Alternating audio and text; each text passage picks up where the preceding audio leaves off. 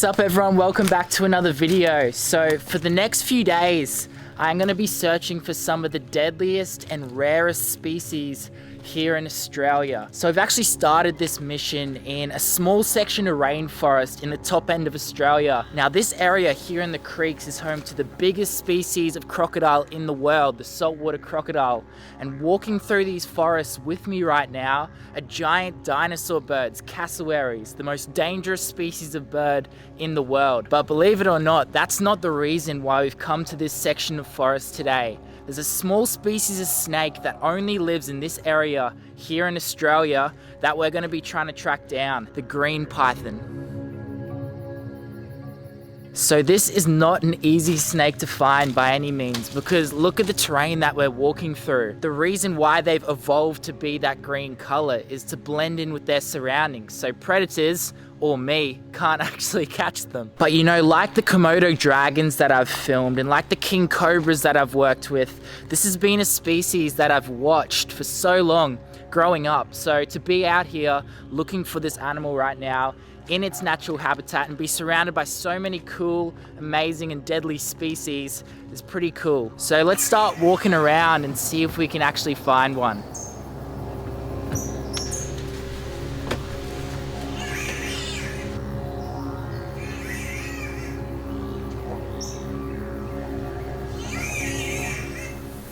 So there's actually 4 main species that I want to track down in this episode and with my few days that we have left here in the top end of Australia. So the first one happens to be the largest species of snake that actually lives out here, the scrub python. Now the reason why I'm so keen to track this one down is because I can almost guarantee that out here in the forest with me is 5 to 6 meter long scrub pythons. And you know, when you get a snake of that size, they're probably not looking at me as a food item. I still might be a little bit big, but not a snake that you want to get bitten by all the way out here by myself, because they'll actually bite you, coil you up and squeeze all of the air out of you. And you know, I've worked with 3 and 4 meter long pythons before, and when they get a hold of you, it's very hard to get them off you. Now the second species that we're going to be trying to find in this episode is the saltwater crocodile. Now in last week's episode, we ended up filming some really big crocs with my mate Brody off the boat and trekking through swamps. And you know, it's easy to film small crocs out here, so I've set myself the challenge of filming a 4 meter one, but that'll be a bit later on when we head back down south. The other animal that we're going to be trying to track down in this section of forest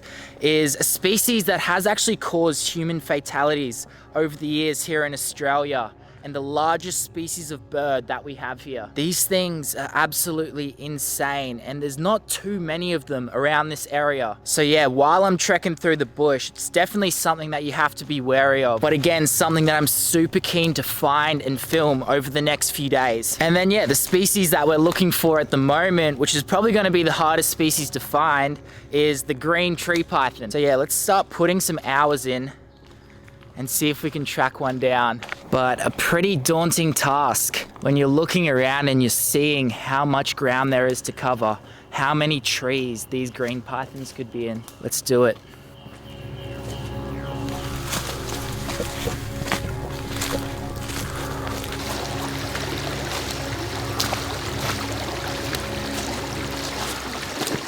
Take a look at the size of that snake. That is a scrub python, and that is the longest snake in Australia. So at this size, about 3 to 4 meters long, that would put this python in the range of being able to take down things like possums, paddy melons, but the biggest scrub pythons here in Australia do have the potential to take down wallabies and small kangaroos and eat them. Take a look at that, next to my arm right there. That is so cool. Now I think what we're gonna see in a minute is this snake actually climbing up one of these trees, and it's so impressive. That tree's a bit small, mate. You might need to find one a little bit bigger.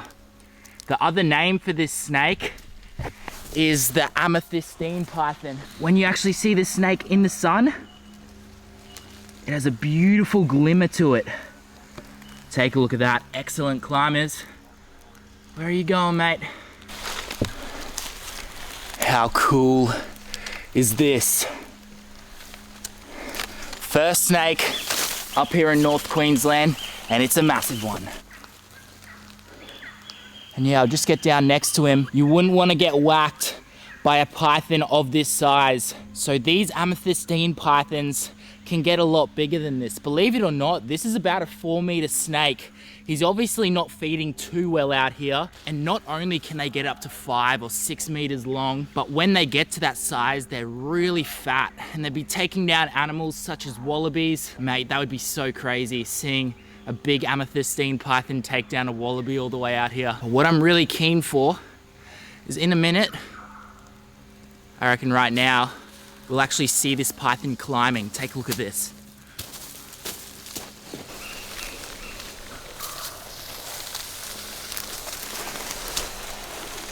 Here we go.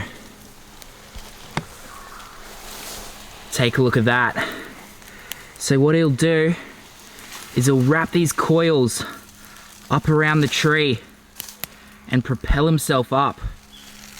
Take a look at him.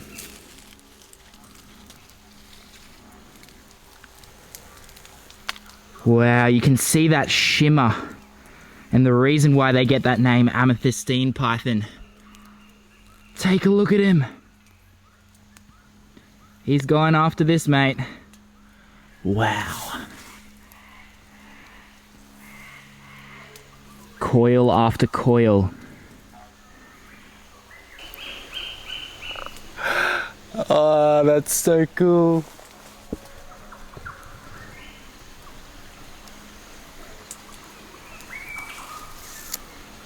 Look at those coils up there. So blessed to share this moment with the longest snake in Australia and the biggest scrub python that I've ever found. All right, see you, mate. We're gonna keep looking for one of your cousins, a bit smaller and a bit more green. We did it. Take a look at this. Walking up this creek right here, and look at what I see sitting on this branch. That is the species that we came out here to find.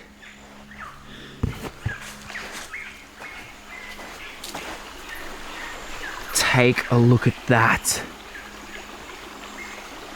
That is amazing. This is not an easy species to find out here by any means, and I'm all the way up at the tip of Australia by myself, walking around the bush, and to see this snake in person tops it off for me, mate. How cool is that?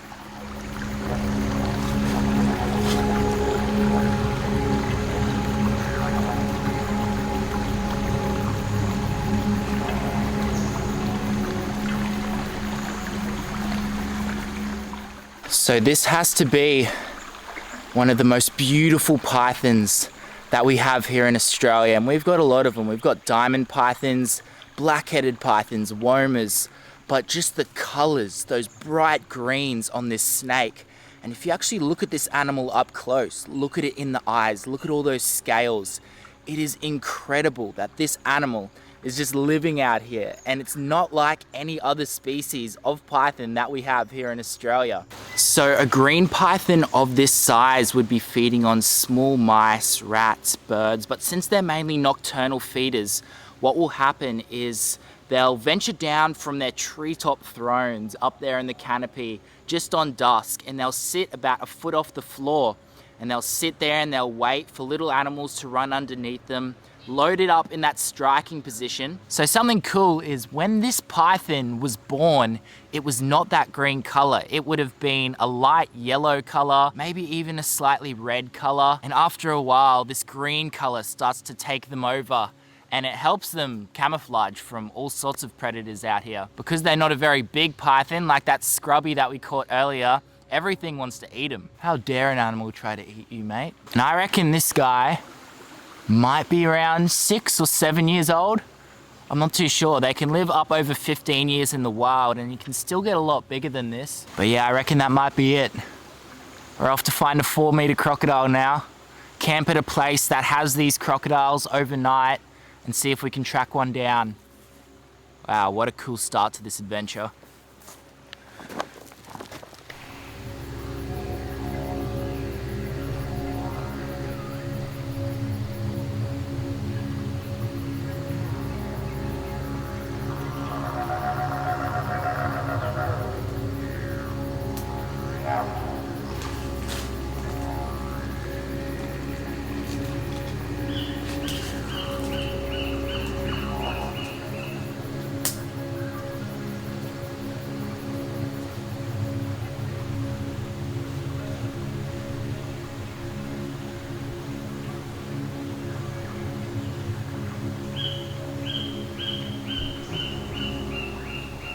It's pretty funny because you can hear those birds going off in the background. Straight away after filming that python, I thought, all right, there's another snake around here.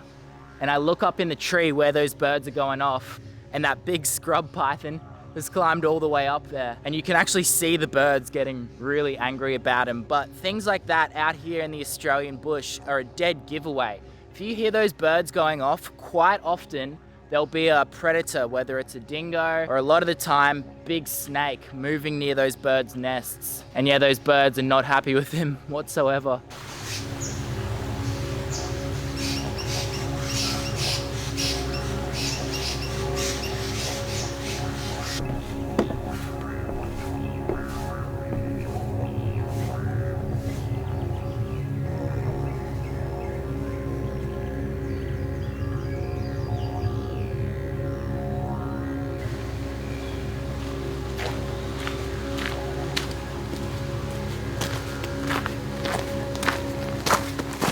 So I'm just here walking along this track in the late afternoon, and we're looking for cassowaries, the biggest bird here in Australia.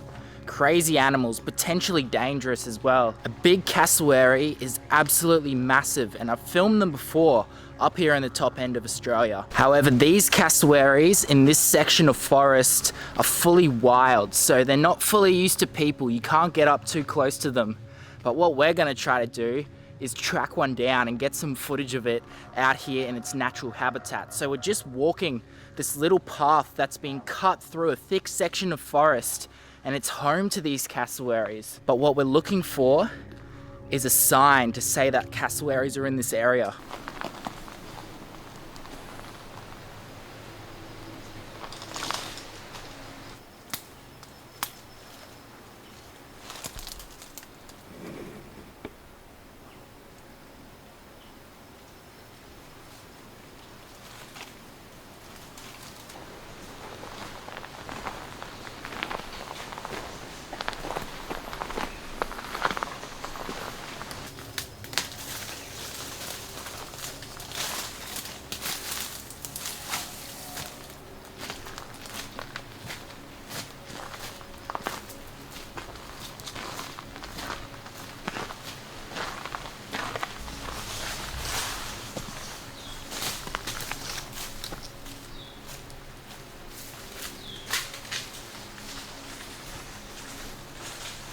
Well, I don't know if you can get much of a better sign than that to tell you that there's cassowaries in the area. We only got it on camera for a second, but that is a big cassowary. You can see how these animals could be potentially dangerous. So this right here is another sign to tell us that cassowaries are moving through the area. So that right there is droppings from a big cassowary. You can see all the berries that he's been eating out here. I reckon this will be a perfect place, this little trail right here, to set up one of the camera traps. Take a look at him. So this is considered to be the most dangerous bird that we have here in Australia and in the world, actually. So there's been hundreds of attacks from cassowaries. There's actually been 2 fatalities since they started recording them. And the one that was in the top end of Australia in the 1900s, there was 2 boys who were actually chasing down a cassowary, and it turned on them and used those dagger-like claws that they have to actually kick one of them in the neck, and it killed him. Which, you know, chasing down a cassowary in the bush is not a good idea whatsoever. And although that's a pretty scary story, they're not something that you generally have to worry about while walking out in the bush here in Australia. It's only ones that are used to humans or are getting annoyed by people that will actually attack. Ooh, he's just moving. So cool seeing them in their natural habitat. Now this bird is not a very big individual. They can get a lot bigger out here. The female's actually getting a lot bigger than the males. And these cassowaries are a keystone species. We need them here in the rainforests because they primarily feed on fruit and they digest these fruits quite quickly. They'll disperse the seeds throughout the rainforest, helping new plants and trees to grow. And something that's so crazy is there's 100 species of rainforest plants that entirely depend on cassowaries to eat them for them to keep growing. So if we keep cutting down habitat here in the top end of Australia and these cassowaries were to go extinct, not only are you losing one of the most impressive and amazing animals that live here, but you're losing 100 and maybe even 200 species of rainforest plants that depend on them. Scrub python, check. Green python, check. Cassowary, I'm looking at one right now. So the only species that we need to find now is a 4-meter crocodile. So what we're gonna do is we're gonna jump in the car and road trip back down south a few hours and try and find a 4-meter crocodile living in a big remote swamp. Let's go.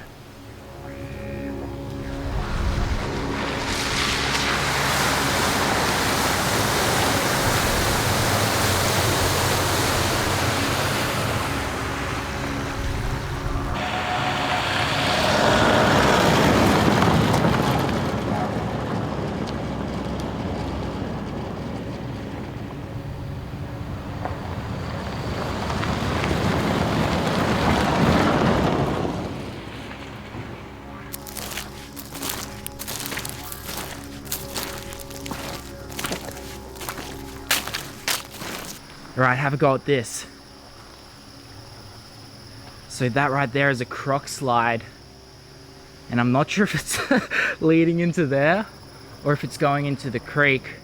Regardless, there's a little croc around here. Look at that. I wonder if it is in there. All right, so a bit of a change of scenery. We've found the green python. That's one of the species we're after. Now what we're looking for is a 4+ meter crocodile. That's considered a big croc up here in the top end, supposedly. And it is. It's not easy to find these 4+ meter crocodiles, let alone get footage of them. So what we're gonna be doing today is focusing on exploring this swamp right here, because what happens is during the wet season, I'd be walking in water right now, and all the crocodiles that are in the creek just over that way come out into these floodplains. But when that water goes back down again, the crocodiles can get trapped in these little areas. So yeah, to get footage of a crocodile in this swamp would be so cool. We're gonna start hunting around and see if we can find any tracks. Here we go. This is what we've been looking for right here. Look at that. The water's still murky, and you can see in the ground right here, these are croc fingerprints. So what's happened is the swamp's just out that way, and these big crocodiles would be accessing the creek from this little area. We'll stay back, but take a look at that. That is big croc claw marks. So I wouldn't even doubt it if a 4-meter croc has come up through this little drain right here, climbed up there, and then gone back down into the creek right here. So this is pretty cool. Just in here, just up from the river, is a little crocodile nest. So when the water levels were higher during nesting season, right where I'm standing, there would have been a big female crocodile around 2.5, 3 meters long, guarding this nest. No doubt there's big crocodiles in this little pool right now. What we're gonna do is get the drone up in the air and see if we can spot any in this little billabong right here or in the swamp surrounding it. There we go. Straight away. We got the drone up in the air, and that's a big crocodile in the middle of the billabong. He's cruising right up the middle at the moment, but I wouldn't doubt at this time of day, not a cloud in the sky, that he'll actually find a place to park up on the bank and soak some sun up. And there we go. Just like I said, he's parked up on the bank right now, just over there. That is so cool. Look at this big fella. Now the thing is, right, it's so hard to tell the size of these crocodiles on the drone. I don't think this is a 4-meter croc like the one that we're looking for. I'm gonna say around 3 meters. It'll be interesting to get home and actually look at this footage. But still a pretty big animal, definitely big enough to ruin your day up here in the top end. Just over this tree line, there's a bunch of little flat plains and pools that these big crocs could be sitting in.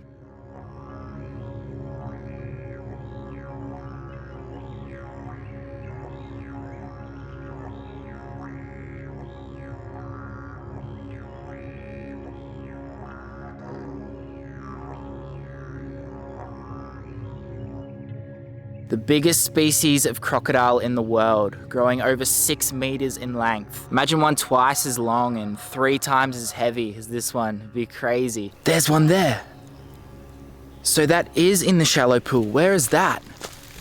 That's over that tree line over there. How crazy is that? That's a pretty big crocodile sitting in this little floodplain in one of these little pools. Now, I doubt that in that pool there would be many fish for this crocodile to eat. He would be feeding on bigger food items like pigs, wallabies, I'm guessing birds as well when they fly in there. And mate, if you walked past that pool, I wouldn't doubt if that crocodile had a go at you. Yeah, look at him slide back in there. That is so crazy. So let's say a kangaroo or even something as big as a buffalo comes down to the water's edge to drink, and there's a crocodile watching from the other side. It will have its eyes and nose sticking out the water. It's like 2 or 3% of its body mass sitting above the surface, and that's all it needs. And slowly but surely it will drop under, come up a little bit closer, check it out. If that animal's still over there on the edge, it'll go down again. So in water like this, that's pretty clear. Imagine you jump in a swimming pool, right? And you chuck some goggles on. Crocodiles can pretty much see the same as we can if we had goggles on in a pool looking up. So they'll come right up to that buffalo, jump out, grab the buffalo, straight back into the water, bring it down to the bottom, drown it. It's all over really quick. Now, it's said to be a myth that crocodiles will actually store their food and wait for the food to rot. That's never actually been recorded before. When these crocodiles hunt and they kill something, they'll eat it almost straight away. I don't know if it was 4 meters long. We've literally filmed everything else we've wanted to in this video, but I mean, we're getting close. We're out here in this swamp. Maybe after dark, we'll be able to film one.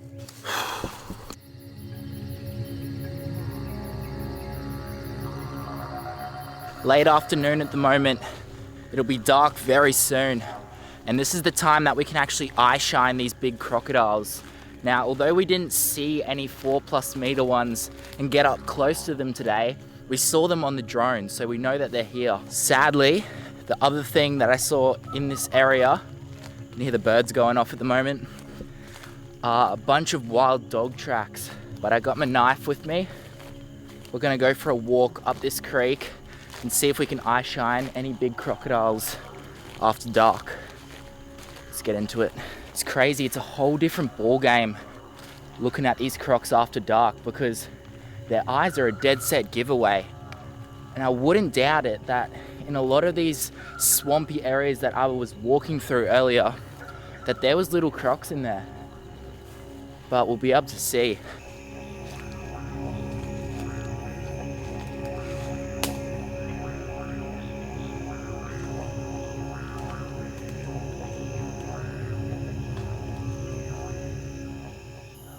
Oh, can you hear that? A bunch of wild dogs. That's close as well. That's just up around there. All right, it's definitely time to turn around. That's a bunch of wild dogs.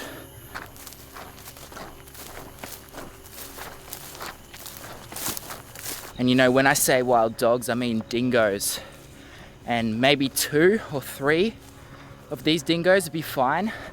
But you know, there can be packs of 10. I'm out here by myself. And I'm guessing that if 10 dingoes tried to attack me, I'd probably be staying up in a tree until the morning. So that doesn't sound like too much fun. We'll go to a different place and try track down some big crocs.